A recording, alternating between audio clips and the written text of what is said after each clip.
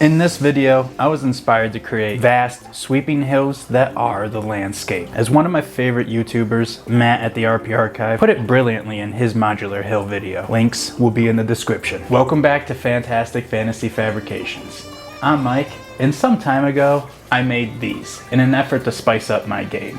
But they never really tickled my fancy, you could say. Then I saw Matt's video over at the RP Archive on modular hills, and my mind was blown.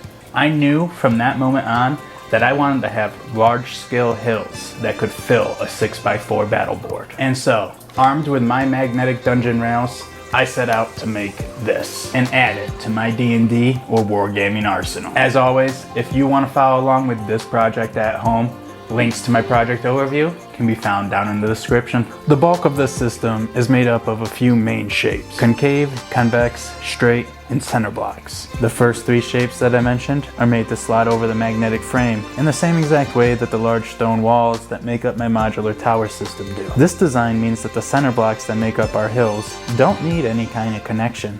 They're going to be held in place by the rails that connect over the outer ring, similar to a picture frame, while still having all the function of magnetic connections. The last thing I'd like to bring up about the design right now is the potential for expansion here. With this system, we could easily add hills with playable interiors, or put more simply, hobbit homes and tunnels, to name just a few. So if you'd like to see me tackle those projects, smash that thumbs up button and leave it down below. Otherwise, I'm probably heading on to add cliffs to my system. Now, let's jump into the craft. I'm going to start this project by milling out foam, and I'm going to mill it out into 1 inch by 2 inch sections, 3 inch by 2 inch sections, and 4 inch by 2 inch sections. Next, I'll cut down those 1 inch sections and pop them into my wall jig to create a channel for the rails. Though, you want to be sure to leave some 1 inch sections unchanneled as well so that you can form the corners. And for the 4 inch slope sections, I'm going to do the same thing. Simply pop them into that jig and carve out that channel. Now, to make the convex corners, we need the channel to be on the interior of our 6 inch block. This is easily done by cutting the 3 inch sections into 6 inch lengths and 3 inch lengths before assembling them with hot glue like you see me doing here. After they're assembled, I'm going to take my hot knife and I'm going to take that unchanneled corner and I'm going to create the corner piece. The concave corners are made up out of 3 inch by 5 inch sections and 3 inch by 2 inch sections before adding the rail attachments to the outside of these ones. And after the slopes are formed, I'll take this chipboard stencil and make the actual slope of the hills with it. This is going to make sure that no matter where they line up, they're going to be even enough and not be of different heights. This stencil, just like the jigs, will be available to you in the project overview. I'm going to take a moment while you watch me form these hills to thank all of my amazing patrons, and a special thanks to Michael, who pledges at the shop foreman level. I often end up thinking that the things I make come out second rate, and I can struggle with self-doubt in my crafts. This actually gets so bad for me to the point where I often end up giving away the things that I've made, or even throwing them out. And having the feedback and support of people really can make the difference in my motivation levels. So thank you. After roughing out the slopes, I went ahead and added plaster rocks to add interest, cover, and in some cases, just sweet looking spots for miniatures to stand on. While I did video myself casting and pouring these boulders, I ultimately decided not to add that to this video. Many of us, if not most of us crafters, have seen this done many times before. But if you are interested in seeing this, leave it down below and maybe I'll throw it up and talk about my experiences, since this was baby's first rock casting for me. So now that the boulders are added, I wanted to half bury them into the ground, as well as make the hills look more natural and get rid of all those really ugly looking lines that the hot wire cutter left behind. This is where I decided to take the advice of Mel, the terrain tutor. If you have watched my videos, then you've heard me mention him before. This man is a mad genius and deserves your attention. Links to his channel will be down below. Anyways, here in America, we call filler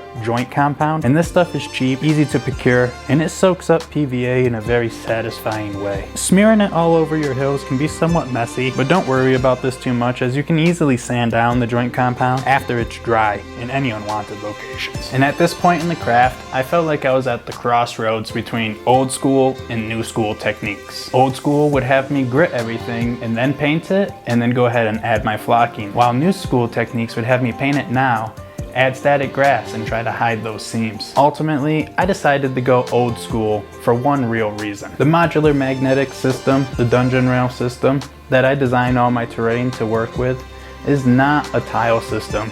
And so my pieces are not going to line up flush on the bottom like you see in Matt's video. Instead, I have to build directly on top and build up in layers. And eventually, I plan on building 12-inch by 12-inch metal plates. The idea I have will be similar in function to what Dwarven Forge does currently. I really had a true fear that the static grass could not handle the weight of the magnetic rails and everything else that would go on top of it. While I know for a fact that the old school way of doing things, while you can easily see the seams, these bad boys come out rock hard and I'm not going to crush it. It's super durable. So having chosen old school, I got to work. I covered everything with a quick layer of PVA and then threw down some construction sand. Then I decided to spritz it with a watered down PVA to lock that grit into place before moving on to painting. Now for painting my boulders up, I was trying to come as close as possible to matching this actual stone that I like to use as my grassland scatter while not putting a whole lot of work into it. So I based everything with a dark gray and then stippled on a nice tan coat. After that, I used a tip I got from my beautiful wife, took them outside, and spritzed on a slightly watered down white paint to create this looking effect. And real quick, I'm gonna go off on a side note here. For any of you out there who are avid fingernail painters but have never painted a miniature before, just imagine that your works lasted a lifetime instead of just a couple of weeks. The last step after I paint the dirt is to add flocking.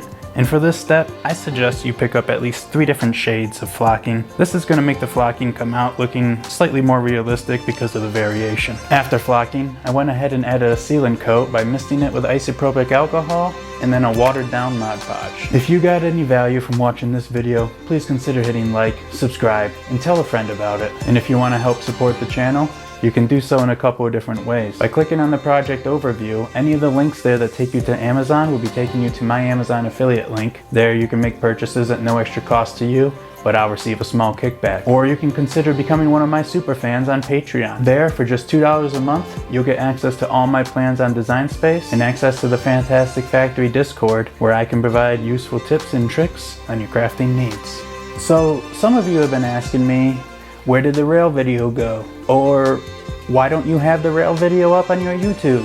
I have a confession to make when it comes to the rail video. That was my very first time really shooting a YouTube video, and I did it off my phone. The audio was really poor and the picture was also bad. I'm working hard to correct this, and I'm gonna do my best to have that rail video back up by the end of the month. I wanna thank you all for watching, and until next time, keep all your fantasy fantastic.